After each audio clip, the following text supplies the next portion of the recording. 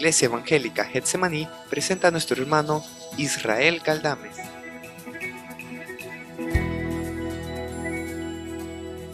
Y el domingo, primero, se habló de lo que es Dios. Es justo, es amor, es fiel. Y el hermano Joel nos hablaba también como una pregunta: ¿conoces verdaderamente a Dios?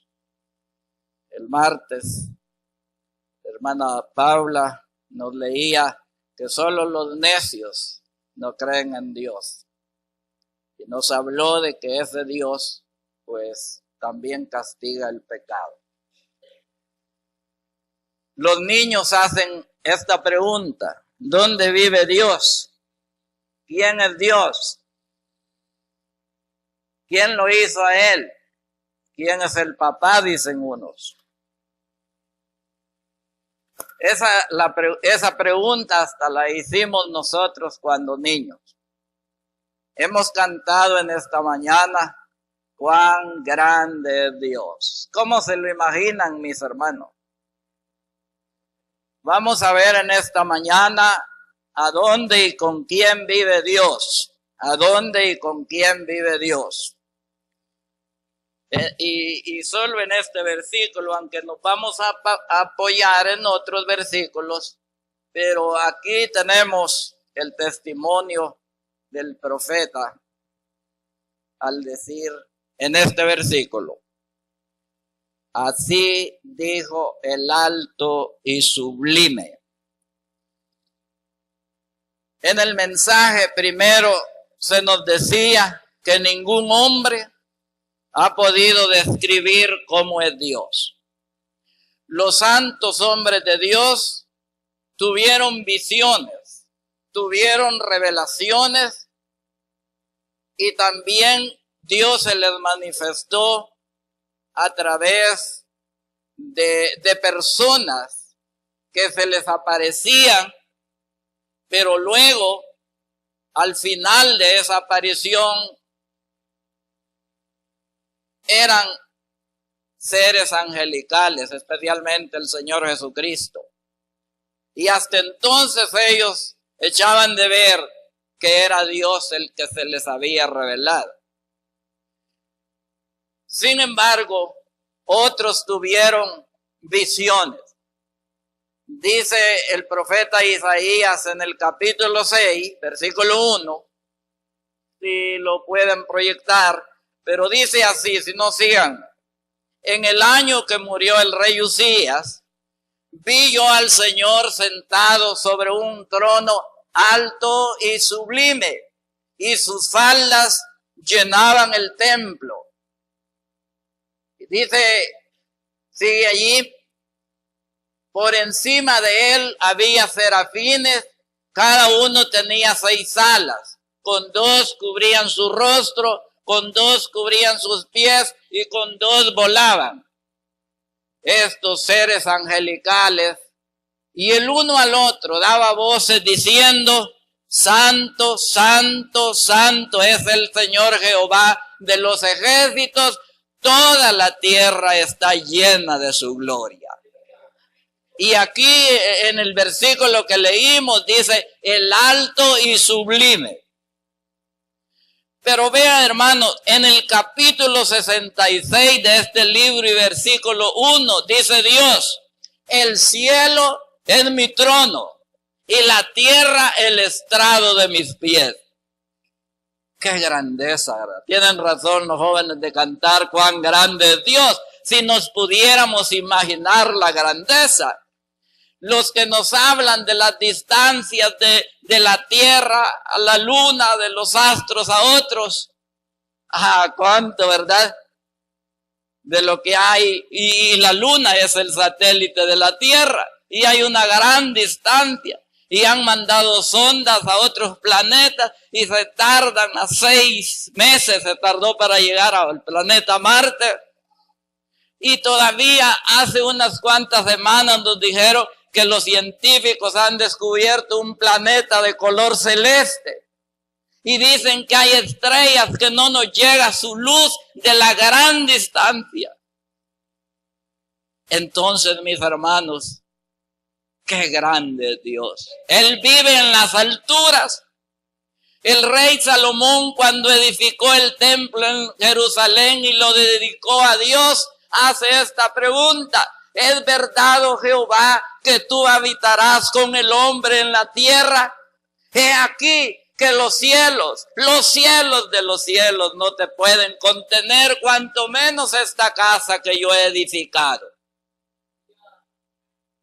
Qué lejos está el cielo.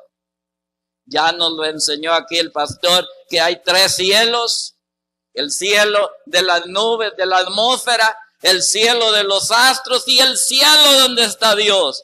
¿Cuánto habrá? Pero dice el versículo del 66:1, el cielo es mi trono y la tierra donde pongo los pies. Mire qué grande, hermano Romero. Cuán grande es Dios. Él vive en la altura, dice. Allá está su trono. Y solo está hablando del cielo y la tierra, pero qué de esa vasta expansión donde están todas las estrellas, todos los planetas. Mire cuán grande es Dios. Él vive allá. Él está, dice otro versículo, que su gloria llena toda la tierra. Por eso decía el salmista David allá, o el escritor del Salmo 139, ¿a dónde me iré de tu espíritu? Si me enterrare a la tierra, ahí estás tú. Si tomare las alas del viento y me fuera, ahí estás tú. Si subiere a las estrellas, ahí estás tú. No se puede esconder de la presencia de un Dios tan grande que vive en las alturas. Mire, qué grande es Dios. Isaías lo vio en visión. Pero recordemos al apóstol Juan, de quien estamos estudiando. Ese apóstol que no murió por la persecución, pero sí estuvo preso. Dice en Isaías, en el libro de Apocalipsis 1, que él estaba preso por el testimonio en la isla llamada Patmos. Y Cristo se le reveló, le envió un ángel para que le escribiera a 7 de las iglesias del Asia Menor. Y dice él, oí una voz detrás de mí que me decía, escribe a las 7 iglesias. Y describe allí la personalidad de ese ser que le habla. Y le dice, yo soy el primero y el último, el alfa y la omega. Y habla de su rostro como llamas de fuego, dice, y refulgente, dice. Y él le escribe. Pero si ustedes se dan cuenta, en el capítulo 4 ya no está la voz detrás de él. Y Juan dice que está en el Espíritu en el día del Señor. Eso quiere decir el día domingo. Nosotros estamos en el día del Señor y estamos en el Espíritu en esta mañana. ¿Verdad que no están pensando en la alianza? ¿Verdad que no están pensando en las pupusas de Olocuilta? Estamos en el Espíritu en el día del Señor y Juan así estaba. Y dice en el capítulo 4 que vio una puerta en el cielo y oyó una voz como de trompeta. Y le decía, ven, sube acá y te mostraré las cosas que sucederán después de esta. Y dice el apóstol, en el instante yo estaba en el Espíritu. Y cuando llegué, vi un gran trono, igual que Isaías, alto y sublime. Y alrededor de aquel trono había 24 tronos. Que representa al pueblo de Israel y a la iglesia. Y están allí y habían seres también angelicales cantando lo mismo que la visión que vio Isaías. Santo, santo, santo es el Señor. Mis hermanos, Dios vive en las alturas. Y allá vamos nosotros, ¿verdad? Yo le decía a mi hermanita que ha estado 6 días en el hospital: hermana, ya es tiempo de que estemos pensando en el cielo.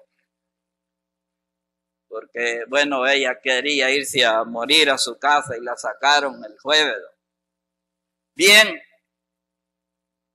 Dios vive en las alturas y para allá va la iglesia, ¿verdad? Aquí estamos en el Espíritu en el día del Señor y el Señor nos está hablando en su palabra. ¿Quién es Él? Vive en las alturas, así dice, el alto y sublime. En segundo lugar, Dios vive en la eternidad. El que habita la eternidad. El que habita la eternidad. Esto nos dice que Dios es eterno. Él no tiene principio ni fin.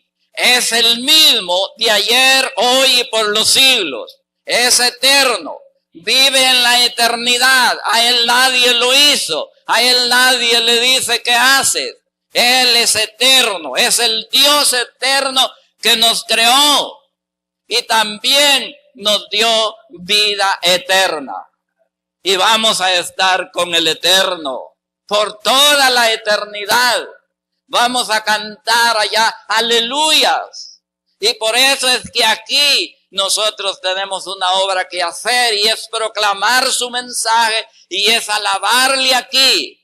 Aquí nos cuesta porque en medio de las enfermedades, en medio de las dificultades, estamos cantándole a Él. Porque Él es grande y es eterno. Él vive por los siglos de los siglos. Así le dice el Señor a San Juan en su visión: el que era, el que es y que ha de venir, el que es el principio y el fin, el que es el alfa y la omega, ese es el que tú has visto. Dios está sentado en su trono en gloria. Y bendito el Señor que Él envió a su Hijo Jesucristo. A Dios mismo vino a nacer. Y gloria a Dios, porque cuando el Señor resucitó, dice, se sentó a la diestra de la majestad en las alturas. Ese es el Dios que nosotros tenemos. Ese es el Dios que solo el necio lo niega. Ese es el Dios que nos lleva para estar con Él. Vive en la eternidad.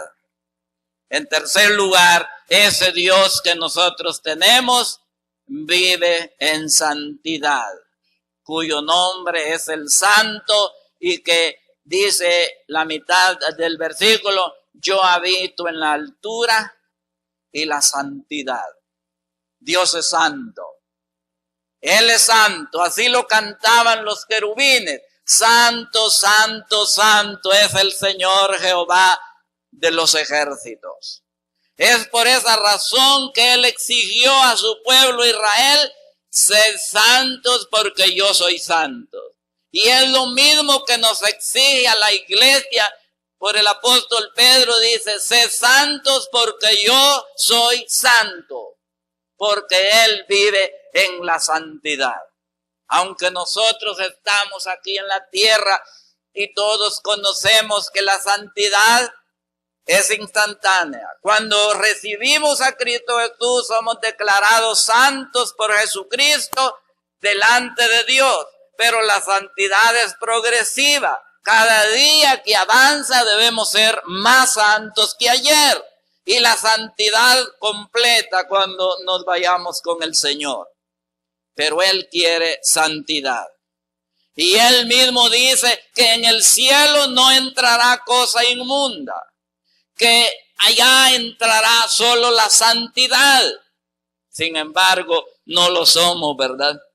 Pero dice en Efesios que Cristo se presentará a sí mismo una iglesia gloriosa, sin mancha y sin arruga. Aquí estamos arrugados por el pecado, por los dolores, por la vejez y todo. Pero en el cielo Él nos va a transformar no solo el cuerpo físico, sino también lo espiritual.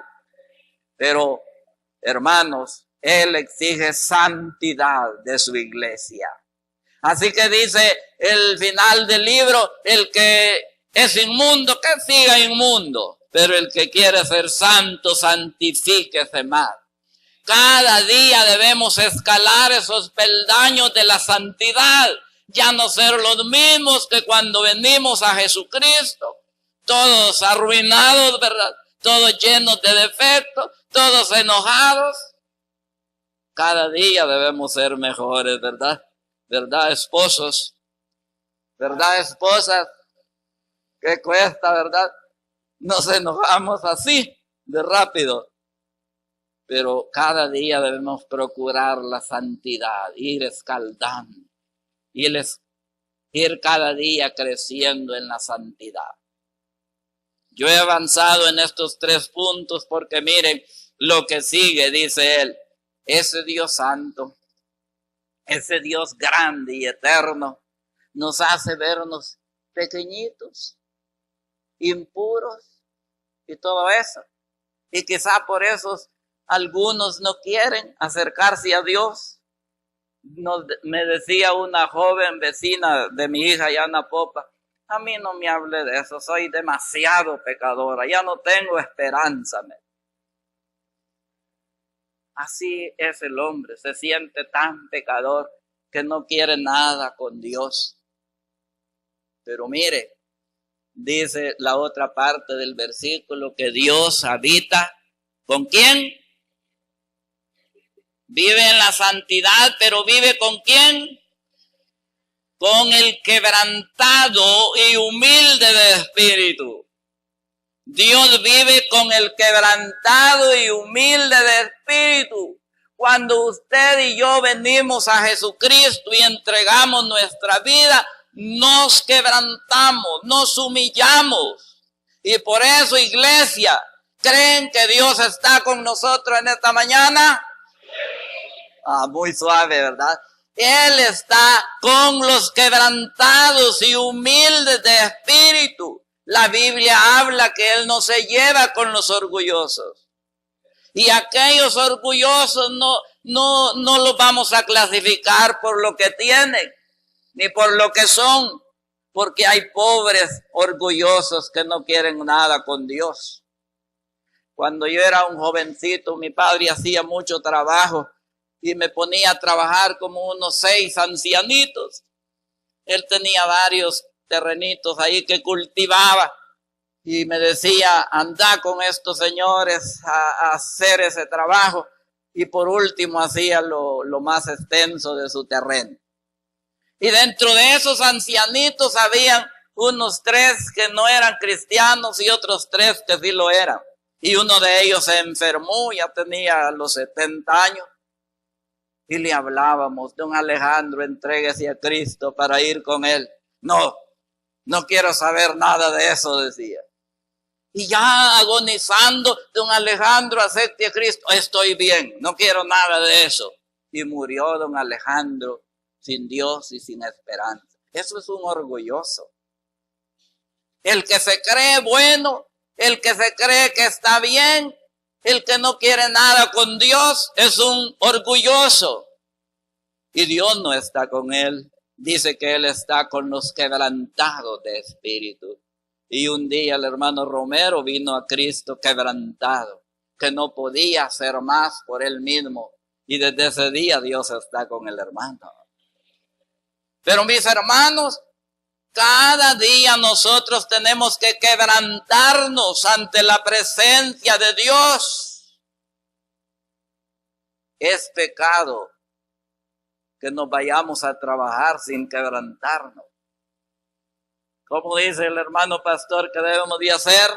Bañarnos y luego leer la palabra y quebrantarnos delante de Dios. Por eso no estoy de acuerdo cuando los que dirigen dicen, vamos a leer un salmo y por si no han leído, ya vamos a leer. No, eso es pecado, no leer la palabra diariamente. Es pecado no invocar el nombre de Dios. Nos estamos quebrantando. ¿Y qué pasará? Dios estará con nosotros. Hermanas, Dios estará con ustedes ahí cuando lleguen a su trabajo y enciendan la computadora y todas las cosas, ¿verdad? Dios estará con ustedes, jóvenes, Dios estará con ustedes en la universidad. Dice la Biblia que Él va a recordar todo lo que tenemos que responder cuando nos humillamos delante de su presencia. Mire, el apóstol Pedro está hablando a los esposos, a las esposas, a los padres y a los hijos. Veamos este versículo, hermanos, del proyector. Primera de Pedro 5, 5 y 6. Primera de Pedro 5, 5 y 6. Dice el apóstol Pedro que está hablando allí. 5 y 6. Dice así, leamos. Igualmente, jóvenes, están sujetos a los ancianos y todos sumisos unos a otros, revestidos de humildad, porque Dios resiste a los soberbios y da gracia a los humildes. El 6. Humillaos pues bajo la poderosa mano de Dios, para que Él los exalte cuando fuere tiempo. ¿A quién le dice eso? A la iglesia. Y no le está diciendo solo a los jóvenes, igualmente todos, dice. Humillaos, humillaos. Qué serio es esto, ¿verdad? Qué difícil para nosotros humillarnos, ¿verdad? Y dice, me voy a ir para la otra banca porque este hermano me cae re mal. Qué difícil es humillarnos. Pero Dios dice, humillaos, ¿bajo qué?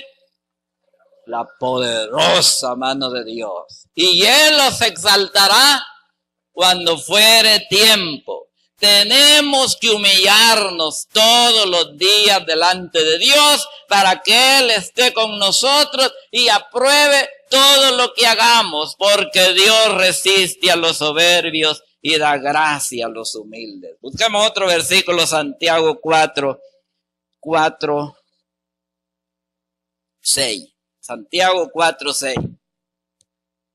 Vamos a ver qué nos dice este escritor Santiago 4, 6. Leamos. Pero Él da mayor gracia.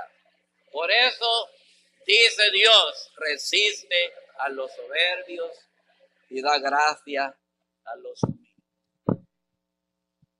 Hace muchos años que viajábamos a Nueva Concepción, fui a que me cortara el pelo un señor, lo único que tenía allí, peluquería. Y todo me apenó, porque la máquina se le trababa en mi pelo. Y habían más clientes y me decía, señor, uno hay que bañarse, me dijo. Qué pena. Y diciéndome más cosas. Pero mire, el hermano era diácono de las Asambleas de Dios en Nueva Concepción. Y tenía encendido Radio Progreso y allí estaban leyendo estos versículos y otro salmo. Y yo dije, si me sigue humillando, le voy a decir que se fije en la palabra de Dios. ¿Qué pasó? No era barbero de todos los días porque era portero del hospital de Nueva Concepción. Y solo el sábado cortaba pelo y entonces su máquina tenía moho. Hay soberbios en la iglesia también, ¿verdad, hermanos? Pero la Biblia nos dice, humillaos bajo la poderosa mano de Dios, porque Él los exaltará cuando fuere tiempo. Primera Corintios 6, 18. Primera Corintios 6, 18.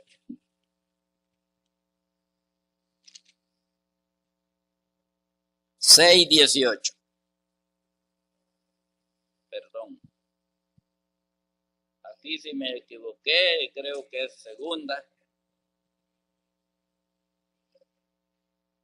No. Me arrepiento de haber dicho.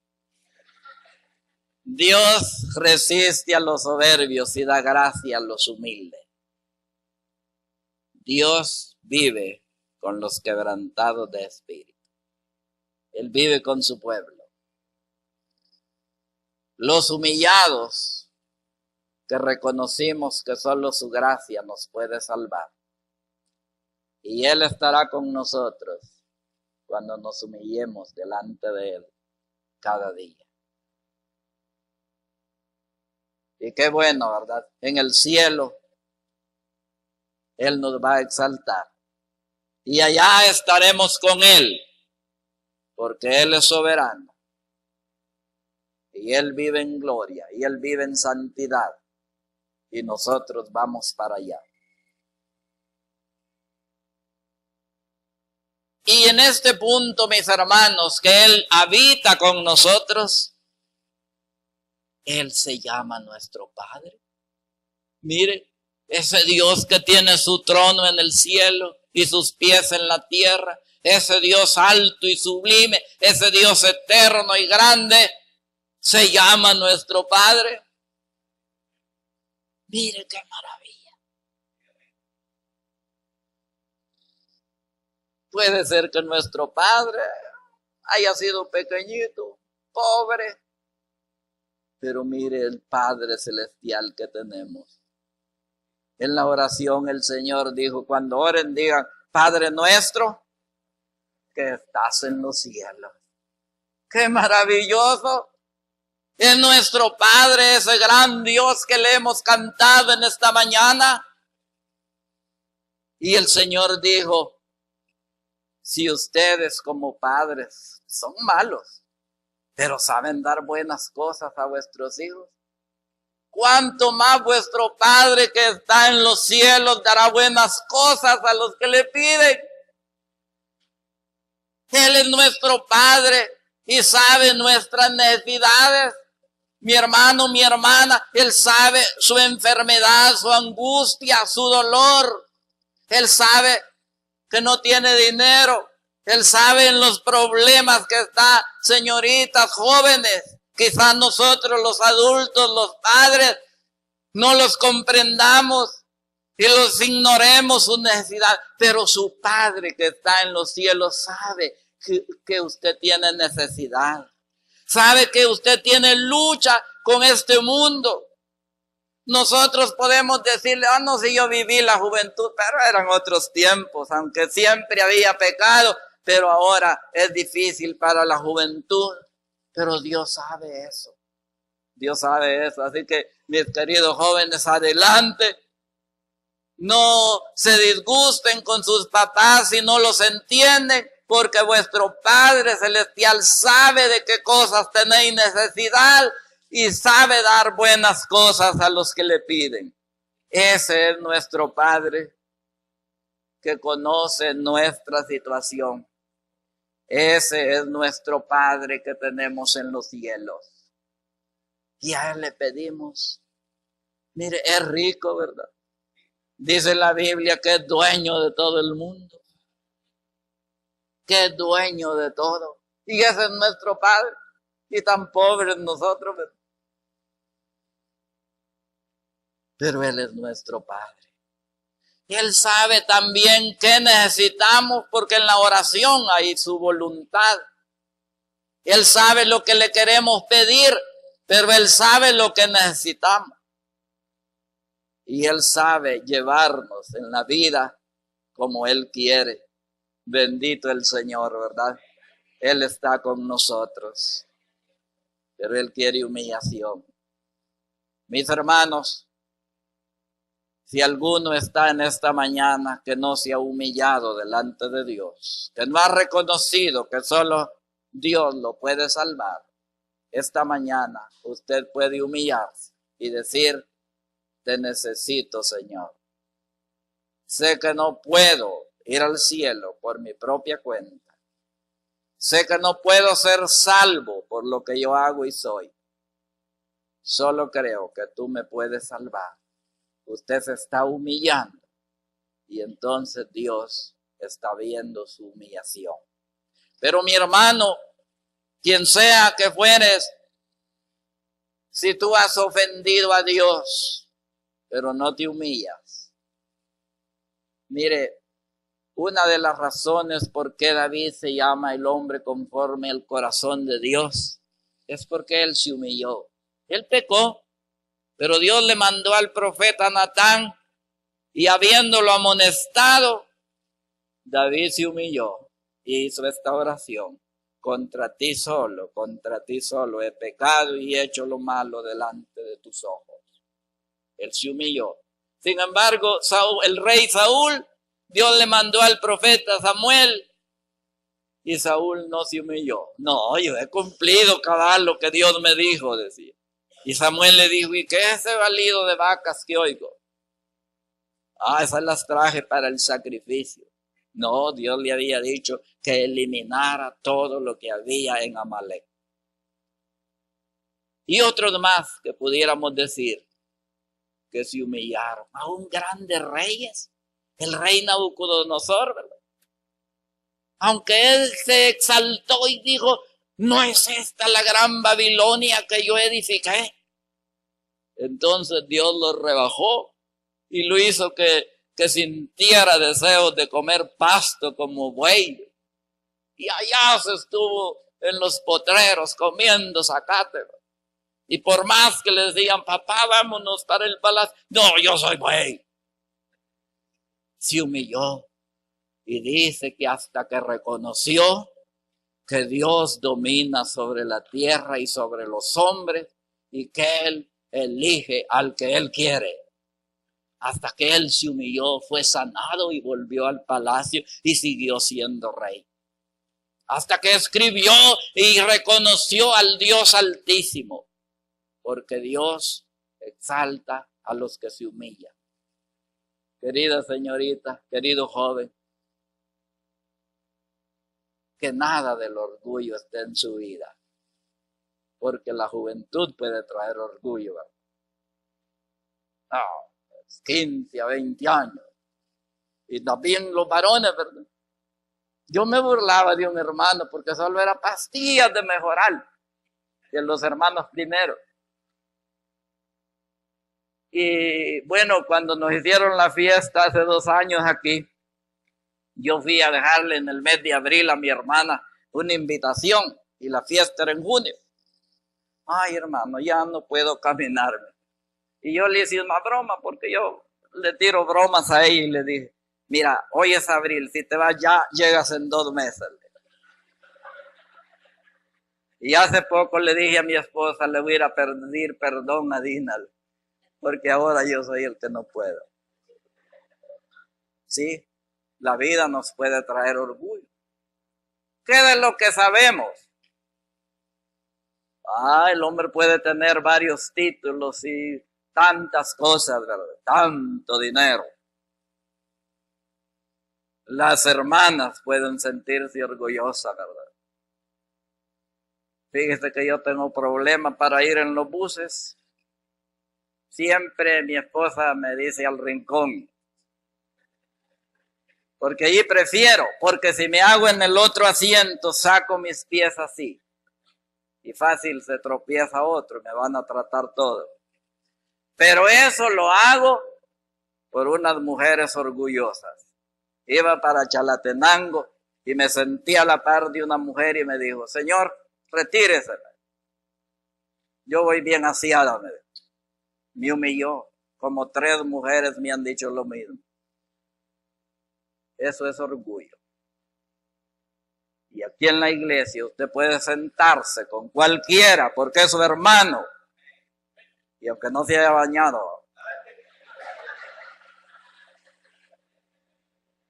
Pero eso puede traernos soberbia, orgullo. Y Dios no está con eso. ¿Dónde está Dios? ¿A dónde vive? ¿Y con quiénes? Vive en las alturas. Vive en la santidad. Es eterno, vive en la eternidad. Pero vive con nosotros. Por humilde que sea su casita, Dios está con usted. Y por grande que sea su casa, Dios está con usted si usted se ha humillado delante de Él. Si usted está pollón en su juventud, pero es humilde, Dios está con usted. Dice la hermana que solo a ella la señalo. Pero todo, ¿verdad? Dios está con los humildes. Terminemos diciendo, humillaos pues bajo la poderosa mano de Dios y Él los exaltará cuando fuere tiempo. Ese es nuestro Dios. Oremos. Padre Santo, te damos gracias, porque siendo tan alto y sublime y viviendo en santidad, tú eres nuestro Padre y estás con nosotros. En esta mañana, en el día tuyo, nosotros estamos en el Espíritu. Gracias, Señor, por haber venido a este mundo a traernos la salvación. Gracias, Señor. Mientras ustedes siguen orando, yo quiero preguntar si habrá en esta mañana alguien que no se ha humillado delante de Dios. Dios quiere salvarlo y darle la salvación. O si hay un hermano que siente que ha ofendido a Dios, Dios lo puede levantar. Humíllese ante la presencia de Dios. Y si usted, hermano, ha vivido así orgullosamente la vida cristiana, Dios quiere levantarlo. ¿Habrá alguien? Los hermanos están orando por usted. Usted puede tener luchas en esta mañana, pero Dios quiere levantar. Él quiere vivir con usted y aprobar su vida. Si no lo hay, que Dios bendiga su palabra en nuestros corazones y que, mis hermanos, vivamos para Dios. Amén. Si quieres recibir a Cristo, puede hacerlo repitiendo esta pequeña oración. Oh Dios, soy pecador. No puedo salvarme a mí mismo. Oh Cristo, creo que tú moriste en mi lugar para perdonar mis pecados y que resucitaste. Por fe, te recibo como mi suficiente y salvador personal. Gracias por darme la vida eterna según tu promesa.